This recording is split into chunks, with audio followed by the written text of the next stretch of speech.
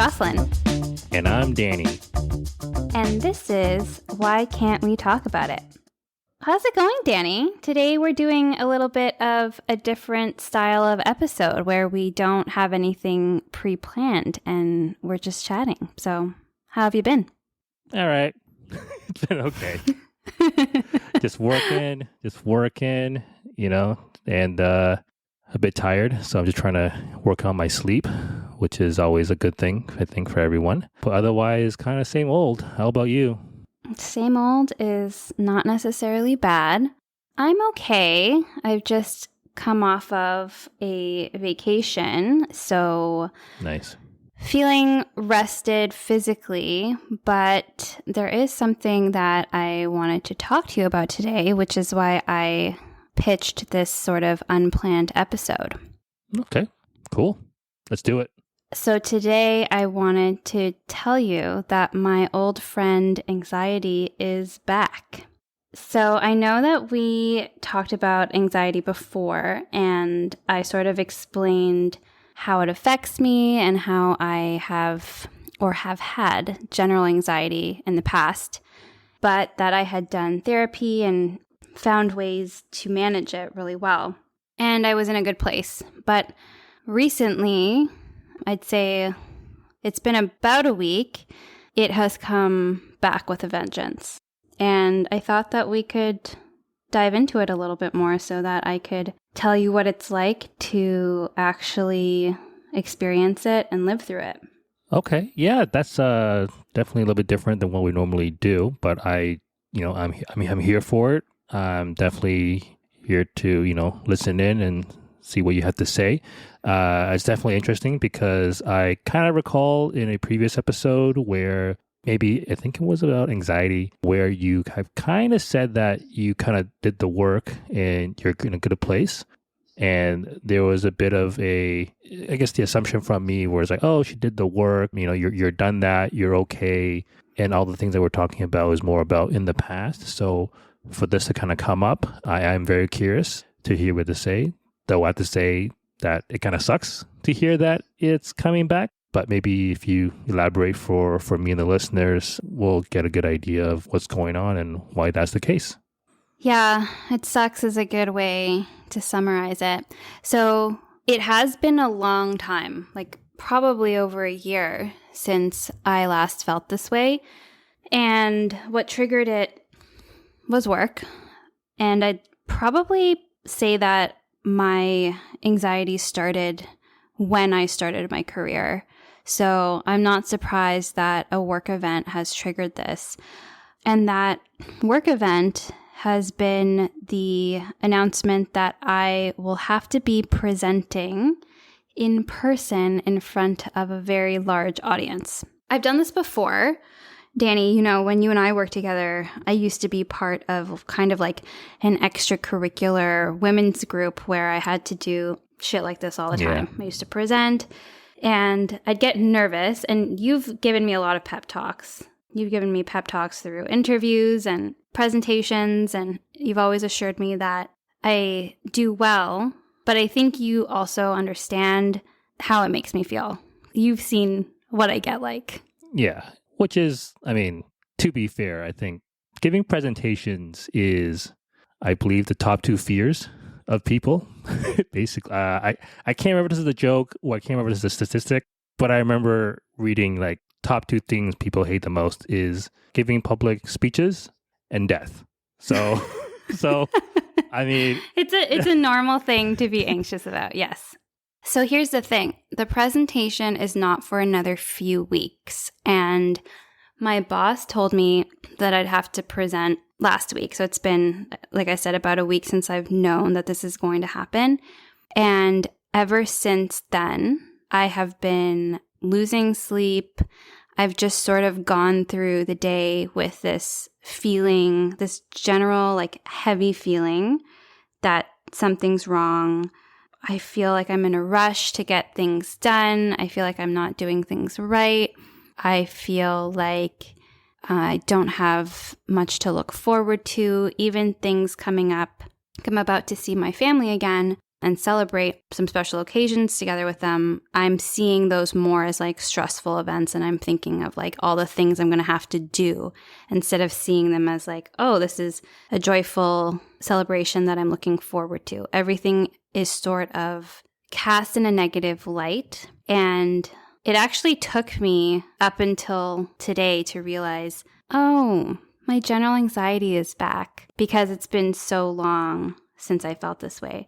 Yeah. And I also want to mention, I used to feel like this all the time. Before COVID, when we were in the office and I did have to do these presentations all the time and put myself in quote unquote challenging positions and stretch goals and push myself out of my comfort zone, I was like living out of my comfort zone. My anxiety was like just so chronic. And it wasn't until the switch to working from home that I felt severely less anxious. So that is just something that I want to point out. I think I'm really fortunate that I can have a job where I get to work from home, but it's also really made me realize what my triggers are. And a big one is having to get up in front of a whole bunch of people and talk for 15 minutes. The other thing is, it is going to be my first time back in the office in over 2 years. I haven't gone back to the office with like a full team of people since before the pandemic. So I think it's kind of just like, it's a bunch of things all happening at once, and I just don't feel ready for it. I just feel like shit. Yeah, it sounds like there's different factors kind of happening all at the same time. I sometimes hear people go, oh, it's a perfect storm of all these things happening. And I'm like, yeah, it is. Though at the same time, I do wonder if, when you say it's been 2 years and this is how you used to feel like pretty much all the time before you were in the office, I wonder if the experience that you're kind of had before and, through COVID and even now is almost like when I kind of think about life pre-COVID and then post-COVID, in the sense where I almost feel like I've become more attuned to how not great life was, I think, to be someone that goes into the office 5 days a week. And that was like the norm. But then once you kind of had this time period away from that, you're able to work from home and you're able to see you can still get a lot of things done and be productive and do all that. And then kind of now being told like, hey, you got to come back. And not only do you kind of question like, oh, why do we have to? But then once you kind of actually start doing so, you kind of realize, oh, life before where it used to be the norm to go into the office every single day, I want to say it kind of even makes it even more noticeable now. And so I can only imagine if the feelings that you had back then was like that all the time, and now it's coming back because you're kind of dealing with similar situation, it probably feels almost extra because you haven't had to deal with that for so long. Is that kind of how that feels? Yeah, you nailed it. And I think one thing that you said just made me think we were so used to it. It was kind of like, this is the norm. I don't know how we could ever go back to that. But when we were going in 5 days a week and presenting was just something we had to do, for me, living in this like chronic stress environment was just work. Everybody works. Like that was just what I thought was quote unquote normal. It's made me rethink about what success looks like. And I know this is sort of maybe a little bit of a different subject, but I think it's related. But back then, for me, a successful career where you progressed and got promotions just automatically was synonymous with like, okay, well then you have to present, you have to be in more meetings, you have to have more face time with senior leaders. And now, like to your point, I don't think I can live that way anymore. Presenting all the time, having to be in endless meetings and always having to be ready to have intimidating conversations with senior leadership. I don't know. I don't know if that's really what I would define success as anymore. I think that there are different ways to do meaningful work, whether you're in a corporation like we are and have been or not. But in our specific situation, I think I am more able now to see that there are different paths to success, and having to do the 9 to 5, be in the office, put yourself in stressful situations, I just don't think that's it anymore. I think that as we explore new ways of working, we can be more flexible, we can work from home more, we can use technology to collaborate. I just don't understand how we define success and what our careers look like. I don't know why that hasn't changed along with it. So that's just something I'm going to focus on as I take the next steps in my career, because I really thought that I was going to climb the corporate ladder. But if anything, the past 2 years working from home, and then also now this like immersion back into a very stressful situation, has only reinforced that I can't do it. Like, I cannot put myself back into that. And if my anxiety was speaking, my anxiety would say, you're just being a baby. People do this all the time.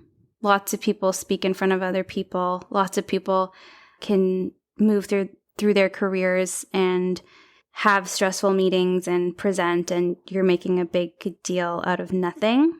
But the way I have been able to sort of coach myself through these kinds of scenarios is, like you said, public speaking is stressful. And if it's not a strength of mine and I don't necessarily want to develop it, why am I putting myself in that situation just because that's what other people see as successful?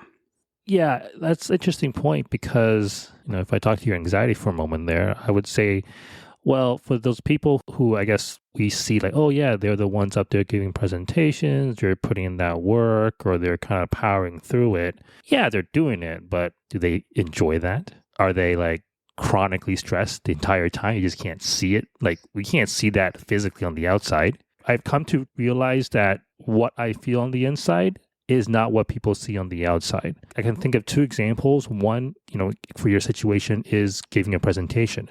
I remember giving a work presentation where I remember standing up there, and I could sense myself kind of stuttering a bit when I was talking. And then when I kind of sensed that, I could feel myself getting nervous. My body felt like it was shaking a little bit. And I remember thinking, even as I was talking, I was like, oh man, this is going horribly. And then I remember the presentation finished and going back to my desk, and then just kind of talking to one of my friends. And she's like, great presentation. I was like, what? Really? And I was like, I don't know, man. I was like feeling so nervous, and I was kind of shaky. Like, could you see me shaking? She's like, no, I didn't see anything. I couldn't notice anything. It looked good to me. And I was like, oh, okay. So what I feel is not what people see. What I, even if I think I'm physically doing something, it's not visible. Another example is in the same role that you and I were on once upon a time. I remember working early morning shifts that you're familiar with. And I remember people around me in the office we're doing something, there's a deadline, we're trying to get it all done, and people were saying things, and they're kind of like not yelling, but just like you can tell people are kind of frantic. And I remember later someone was saying like, hey Danny, you seem pretty chill and composed, very different than what's going on with others. And I was like, yeah, okay, sure, I'm quiet, sure, but honestly I'm like freaking out on the inside. And in my mind, like, oh my goodness, it's almost time. We have a deadline. Got to get this done. Hurry up. Like, those thoughts are going through my head. But just because people couldn't see it on the outside, you have no idea what's happening internally to the person that's, it's happening to. So I think that's something that's important to kind of recognize, and that's something that I sometimes will see, like, I'll go, oh, someone looks like they're pulling something off presentation-wise very easily, or it looks like they're doing something very easily at work. But I go, I wonder how they're actually feeling on the inside. Are they having a good time? I have no idea. For our anxiety to come up, oh, you should just power through this. Other people are doing it. But I go, I wonder if you're feeling the same way as I do. And it's actually not that easy. Okay, so then to that point, if we're all feeling like this, then why do we all keep doing it? Why do we... there's got to be a better way to teach each other and showcase our work and, all the reasons why we have presentations, there have to be better ways of doing it.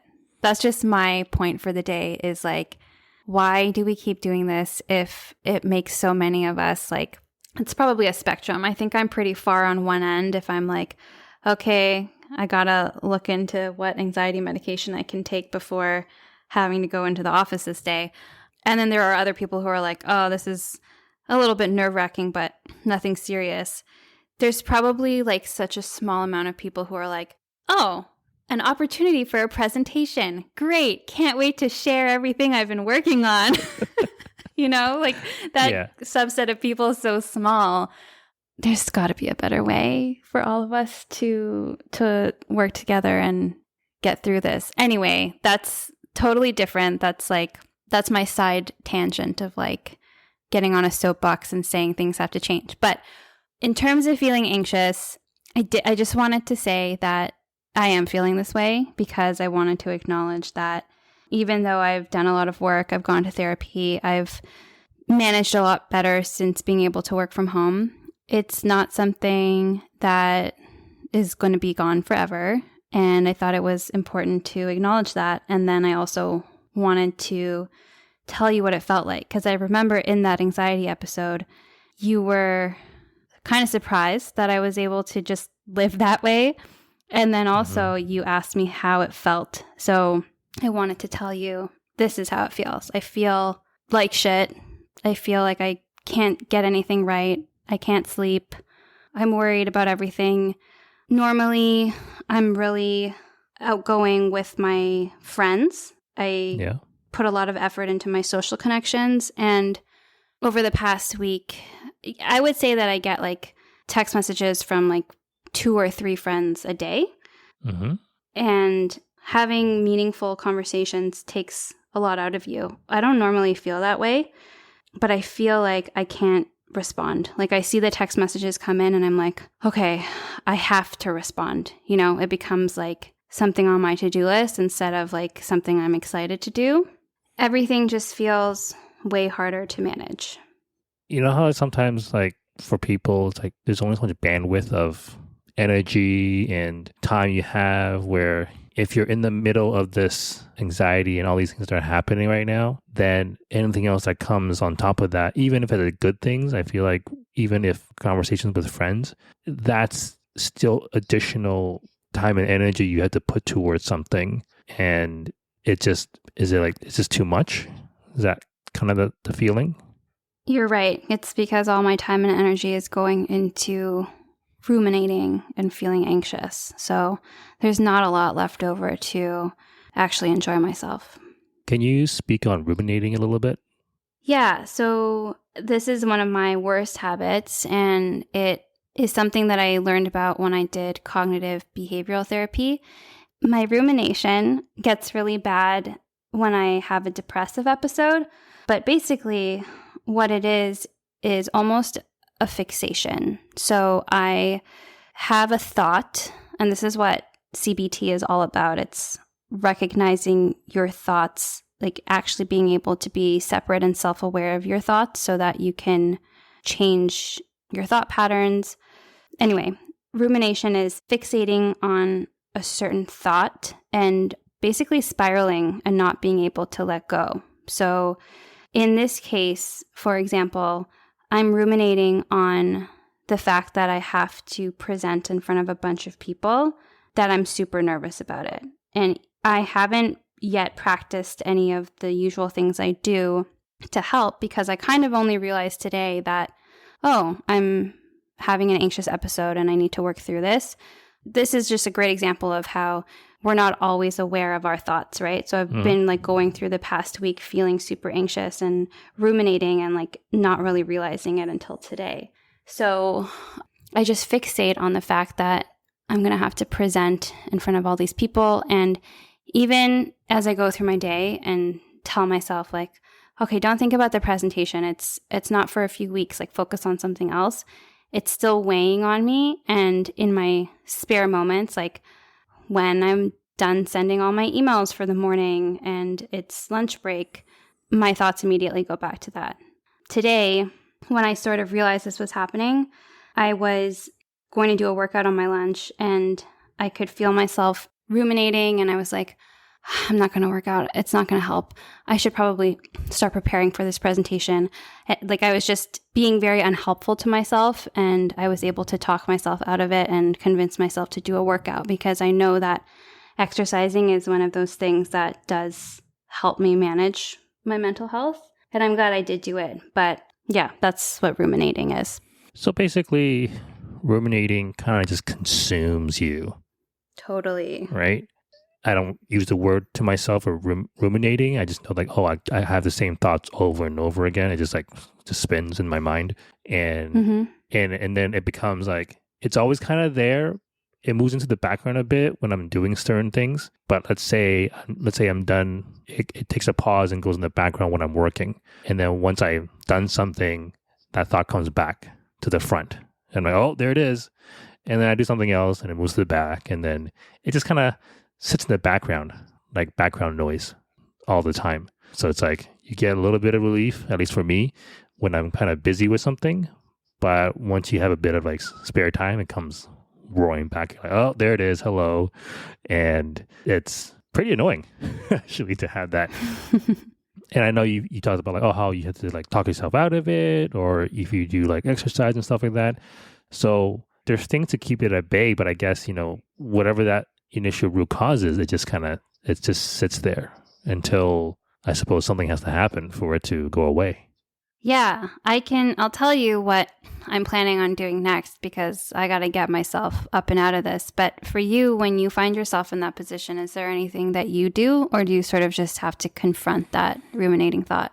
Well, I guess for me, it kind of depends. With therapy, it's something that, like, sometimes if something happens throughout the week, I'll kind of save that for therapy. And that kind of almost helps, because I can be like, I'm just going to hold this off. I know I'm going to go through it in therapy. And that kind of buys me some time. I know in the past, pre-therapy, Danny would just be like, had that kind of on a background for a while, until either somehow I deal with whatever that issue is, or I just distract myself with all kinds of YouTube and Netflix, and that just kind of takes that away. And then I go to sleep, and then I forget about it until the next day, which is the worst thing, I think. That I was just going to say, so either a really healthy behavior, like going to therapy, or literally the opposite, with numbing and just pretending it's not happening. Yeah, it's almost like somehow I told myself I only have two options. It's one or the other. It's like, there's no like, hey, why don't you go for a walk? Get some exercise, Danny. It's like, nope, either I fix it or I just pretend it's not there. So those are definitely not great. Definitely with therapy, that's something where I think it's even something recently that I'm thinking about too, is just how much time being aware of something, like even with an issue, kind of being aware it's an issue, and that's something you have to like kind of sit and think about and figure it out. That sometimes takes a back seat because of, like, I know for my personal life, it's through work, and then even if I'm not working, it's to a lot of tech use, whether it's on the computer, on the phone, a tablet. I think when I'm doing those things, that self-awareness, any of that emotional intelligence awareness kind of gets suppressed. And then not only does that just kind of numb things for the short term, it doesn't really fix anything. So it just kind of I feel like it compounds for later on. So yeah. So I think it's with therapy, I think one of the things that I've discussed with my therapist is this whole thing where it's like you kind of have to, it's unpleasant sometimes, unfortunately, but you have to actually kind of just sit with it and kind of figure it out instead of just trying to kind of push it to the side, which is something that easier said than done for sure. Definitely something I did a lot of in previous years. It's getting a little better, but sometimes old habits die hard. So I know that's definitely a thing, but that's kind of where, for me, it's like you go from thinking you only have two extremes available to you, but once you learn more tools and solutions, yeah, there's more things to do. I feel like you are somebody who, yeah, sure, we're talking about rumination and kind of dealing with something for, who knows how long it's going to be. But I do feel like once you kind of have that awareness, you do kind of go, okay, what's my plan here? What can I do about it? Is that fair to say? Well, this is going to be my first time doing it without therapy. So I think like the obvious answer would be, okay, maybe it's time to get back into it. But honestly, things in my life are going pretty good besides this sort of like outlier event. So I don't know that I'm necessarily going to go back to therapy. I think I'm going to try to use some of the tools that I learned to work through it. So this is kind of like, this is day one, and I have a few weeks to improve before I actually have to do the presentation. But the first thing I'm going to do, which I learned in CBT, is try to break down the thought I'm having. Like, why am I so nervous about this presentation? Yeah. So being really vulnerable here, if I really think about it, I think that what I'm most nervous about when it comes to presenting in front of people is not necessarily not being able to give a good presentation. I think that I've done it enough times now that I can come across as being well-spoken, not sounding too shaky. But what I do have an issue with is people staring at me. I mean, I can really dig back and try and find out why I feel this way. I think I just hate being stared at. If I really wanted to pinpoint it, I'd say this could go back to like, and we talked about this in our body image issue episode, is when I was going through puberty and, you know, I'd have like guys staring at me on the street and like making me feel, it's just such a gross feeling. Yeah. I think I just don't like being stared at. And this thing happens to me when I feel like I'm in a situation I can't get out of. And it doesn't even have to be in public speaking, but it can also be in interviews. It can also be in like random conversations with like the cashier at the grocery store. I've had this happen, but I start to get really, really flushed and sweaty, and my breathing is like irregular, and then I'm not thinking anymore about like, oh, I'm not doing a good job of this presentation, and I'm thinking about like, oh my God, everybody's looking at me and they're thinking that I'm so red and sweaty right now and I look ridiculous. So I think that is what I'm most scared of happening. In therapy, my therapist would say, okay, so that's the worst thing that's going to happen, right? And I'd say yes.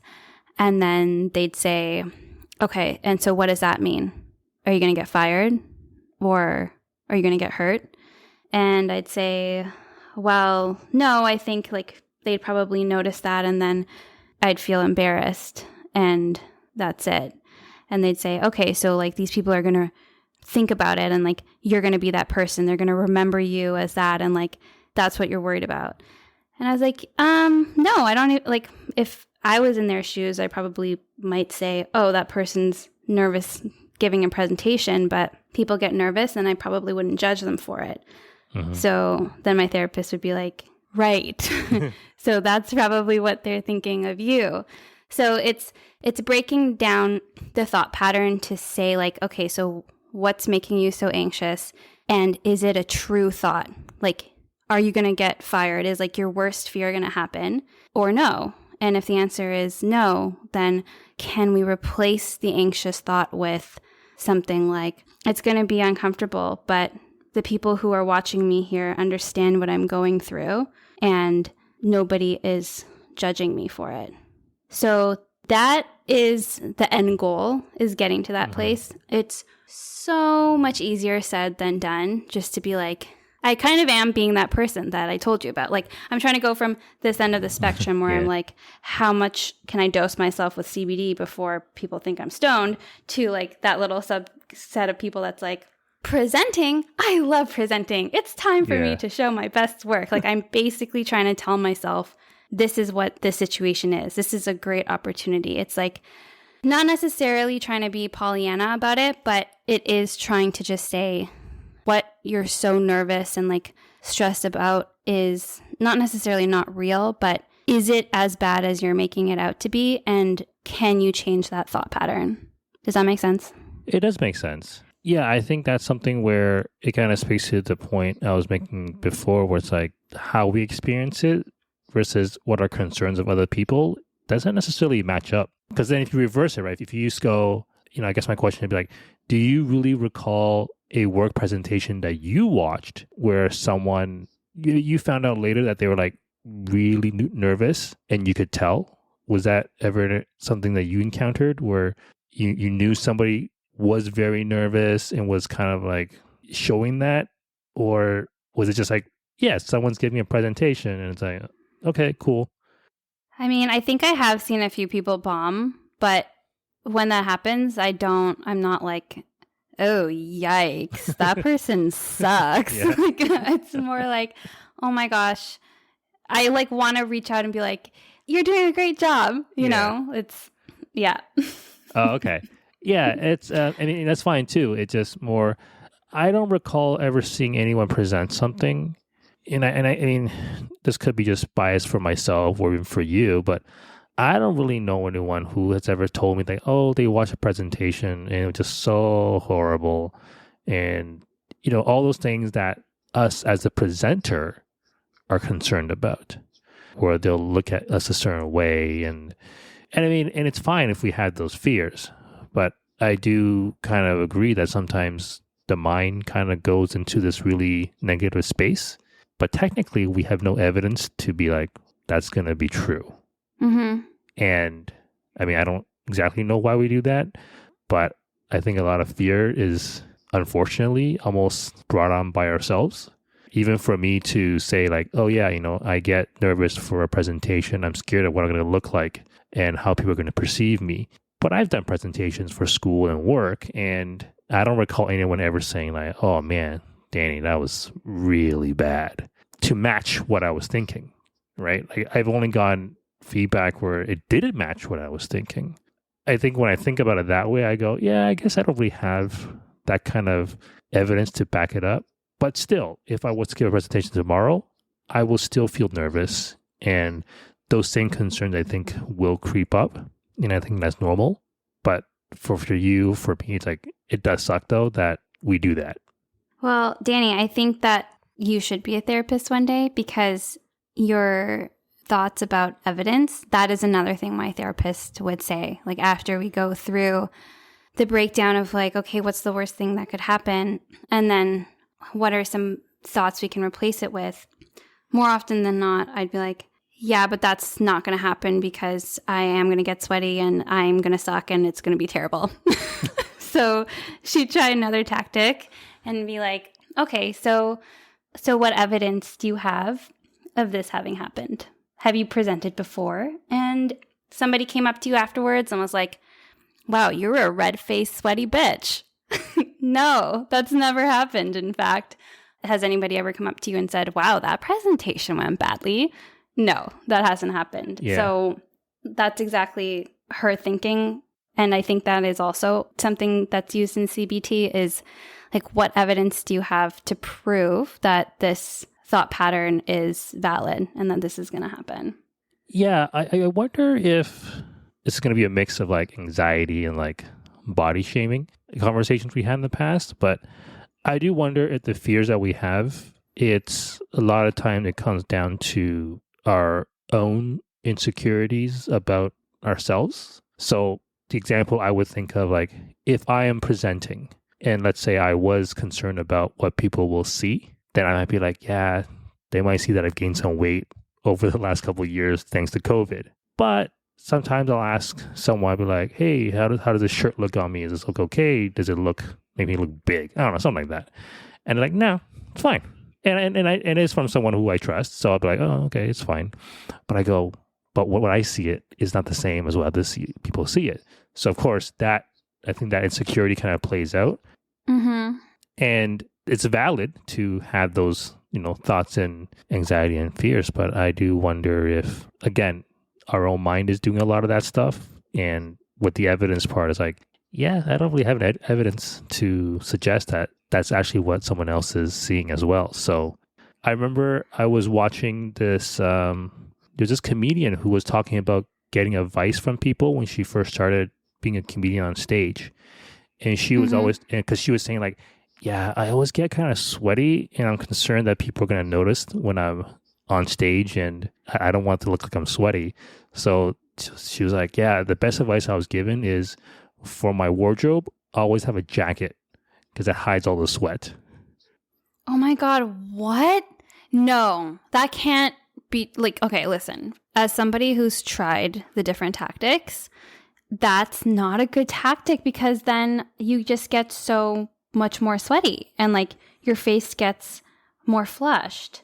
No way. I can't think. Okay, my tactics are to wear a sleeveless shirt that's like, if you're in an office, like as appropriate as you can be, a sleeveless shirt that's cotton or linen in a dark color so that if you do sweat, you don't have any pit stains. But have your jacket with you, like have your blazer with you so that if you need to make a quick exit, you can go, you can like put the jacket on so you're like, oh my gosh, I know I have like back sweat stains and like nobody is going to see.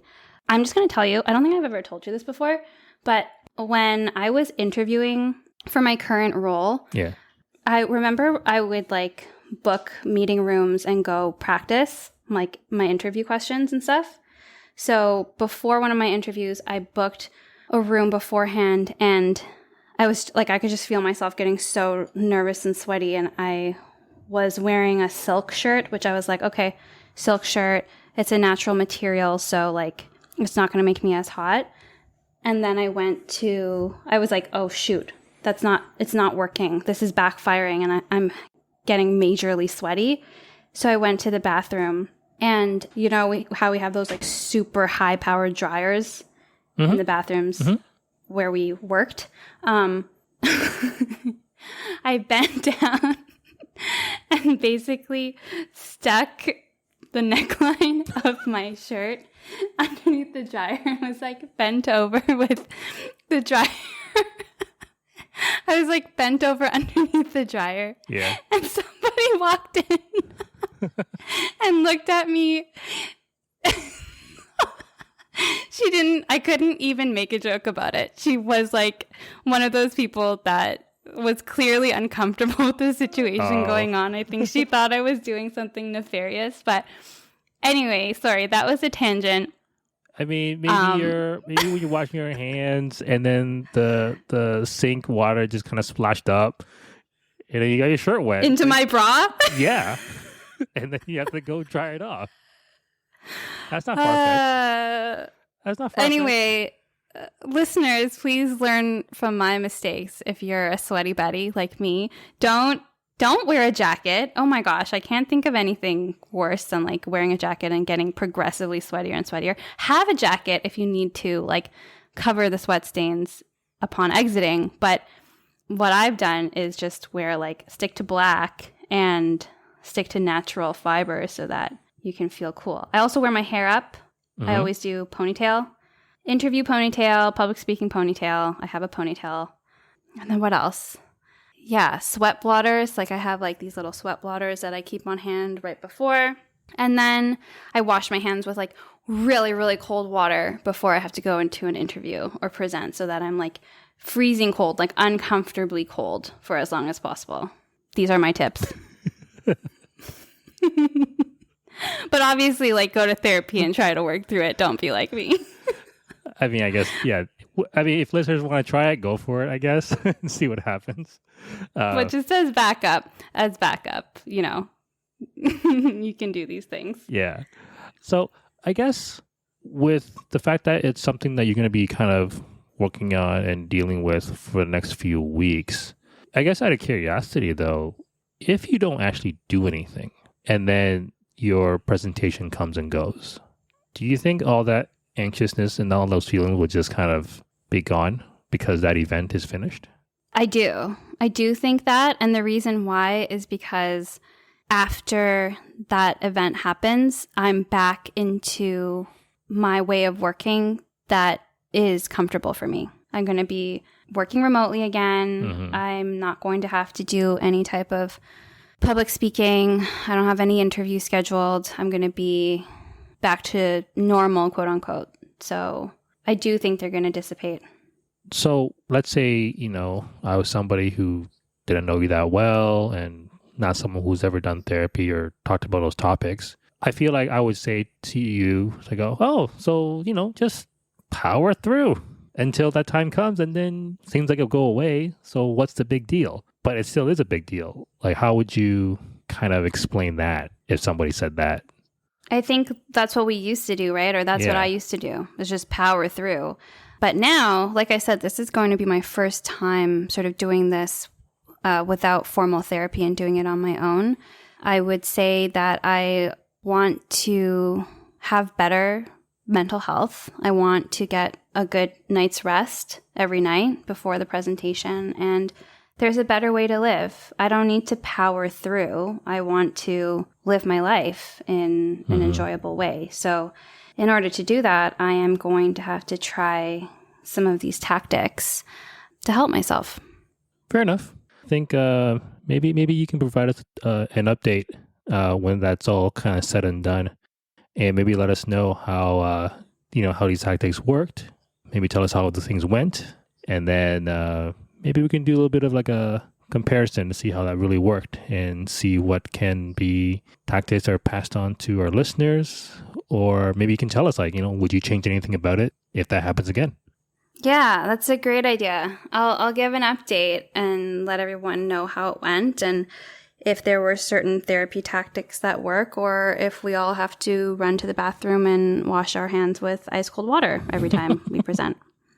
I'll keep everyone updated. I was just thinking how hilarious, well, not for you, but to me, how hilarious it would be if it turns out the colder you made yourself, the more you actually sweat afterwards. Oh my gosh, Danny, don't say that. This is a crutch for me. This is like a safety box for me where I'm like, okay, I got nothing, but at least I can go wash my hands with really cold water. Now I'm going to be like, oh my gosh, this may or may not work. It's going to make me hotter. Okay, continue your tactics. I will Google if that's an actual thing. I'll get back to you. Don't tell me the answer. No, Don't tell me until after I present, please. Okay, well, we do our follow-up. I'll let you know what I found out. Well, thanks for listening. Thanks for doing this impromptu episode with me. I hope that it was useful for our listeners, and thank you for always being there for me and talking me through some of the hard stuff that we have to go through. Yeah, thank you so much for definitely for sharing something that's ongoing. It's very interesting to hear from a current perspective versus, the stuff that we've done so far has always been like looking back on certain things and kind of going through our past. But to kind of hear about it and, because this is a podcast and it's being recorded, it's actually something we can compare for sometime in the future of how things went. So, thank you for sharing that, especially because, it's very vulnerability and it's current. And those things are sometimes difficult. So thank you for sharing that.